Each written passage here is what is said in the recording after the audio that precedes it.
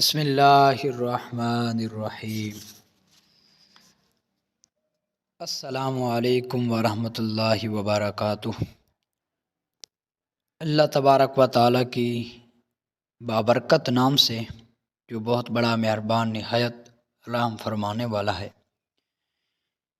آج ہم اس ویڈیو میں ذکر کرنے والے ہیں محراب مریم۔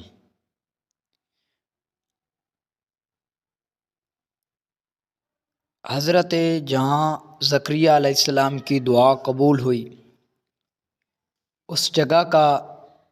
نام ہے محراب مریم، اور حضرت مریم علیہ السلام کے بارے میں بھی بات کریں گے اور زکریہ علیہ السلام کے بارے میں بھی بات کریں گے۔ اس ویڈیو میں آپ سے گزارش کی جاتی ہے، اگر آپ ہمارے چینل پر نئے ہیں تو چینل کو سبسکرائب کر دیں اور ساتھ دیے گئے بیل آئیکن کے بٹن کو بھی پریس کر دیں تاکہ ہماری نئی آنے والی اسلامی ویڈیو آپ تک بر وقت پہنچتی رہے۔ محراب مریم، حضرت عیسیٰ علیہ السلام کی والدہ ماجدہ حضرت مریم کی والد کا نام عمران اور ماں کا نام حنا تھا۔ جب بی بی مریم اپنی ماں کے شکم میں تھی، اس وقت ان کی ماں نے یہ منت مان لی تھی کہ جو بچہ پیدا ہوگا میں اس کو بیت المقدس کی خدمت کے لیے آزاد کر دوں گی۔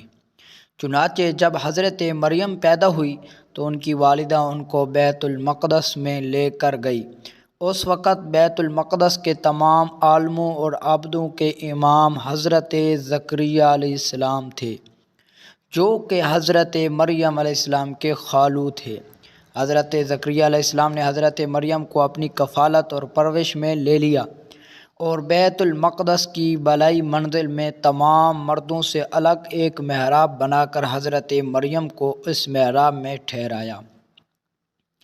چنانچہ حضرت مریم اس محراب میں اکیلی خدا کی عبادت میں مصروف رہنے لگی اور حضرت زکریہ علیہ السلام صبح شام محراب میں ان کی خبر گیری اور خورد و نوش کا انتظام کرنے کے لیے آتے جاتے رہے۔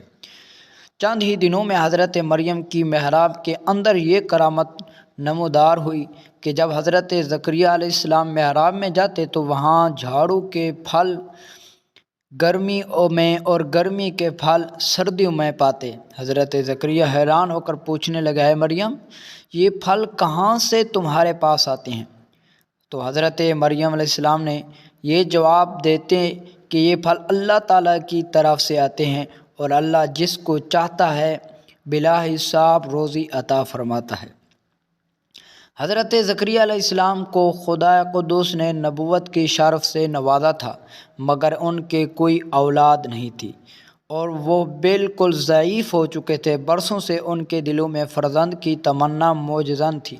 اور بارہا انہوں نے گڑ گڑا کر خدا سے فرزند ملنے کی دعا بھی مانگی تھی، مگر خدا کی شان بے نیازی کے باوجود اس کے اب تک ان کو کوئی فرزند نہیں ملا۔ جب انہوں نے حضرت مریم علیہ السلام کے محراب میں یہ کرامت دیکھی تو اس جگہ بے موسم کا پھل آتا، تو اس وقت ان کے دل میں یہ خیال آیا کہ یہ میری عمر اب اتنی ضعیف ہو چکی ہے کہ اولاد کے پھل کا موسم ختم ہو چکا ہے، مگر وہ اللہ جو حضرت مریم کے محراب میں بے موسم کے پھل عطا فرماتا ہے، وہ قادر ہے کہ مجھے بھی بے موسمی کے اولاد کا پھل عطا فرماتا۔ چنانچہ اپنے محراب میں مریم میں دعا مانگی اور آپ کی دعا مقبول ہوگی اور اللہ تعالیٰ نے بڑھاپے میں آپ کو ایک فرزند عطا فرمایا جن کا نام خود خدائے عالم نے یحییٰ رکھا،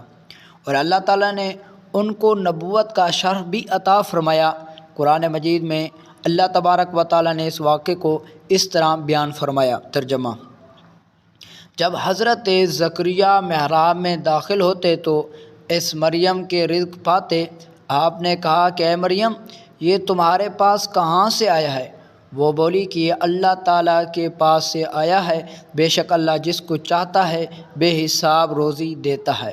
اس جگہ حضرت زکریہ نے اپنے رب کو پکارا، کہا کہ اے میرے پروردگار، تو مجھے اپنے پاس سے ستھری اولاد دے بخش، تو ہی دعا کا سننے والا ہے۔ تو فرشتوں نے انہیں آواز دی اور وہ محراب میں نماز پڑھ رہے تھے کہ اللہ نے آپ کو حضرت یحییٰ کی خوشخبری سناتا ہے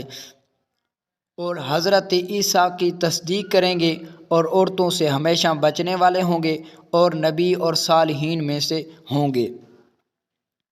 اس واقعے سے مندرجہ ذیل عبرتوں کی تجلی ہوتی ہے جس سے ہر مسلمان کو سبق حاصل کرنا بہت ضروری ہے۔ نمبر 1، معلوم ہو کہ حضرت مریم صاحب کرامت اور مراتب ولایت پر فائز ہوئی کیونکہ خدا کی طرف سے ان کے محراب میں پھل آتے تھے، اور وہ بھی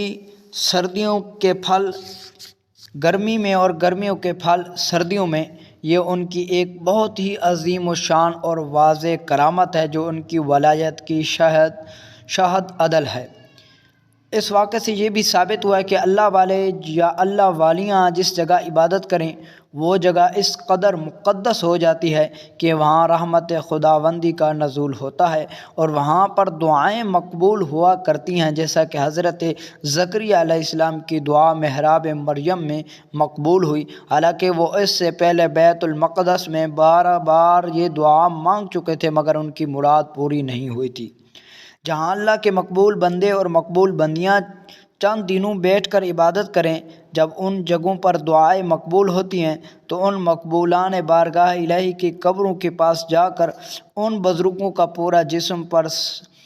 جس پر سایہ پرست تک رہتا ہے وہاں بھی ضرور دعائیں مقبول ہوں گی۔ چنانچہ حضرت امام شافعی رحمۃ اللہ علیہ کا بیان ہے کہ جب کسی مسئلے کا حل میرے لیے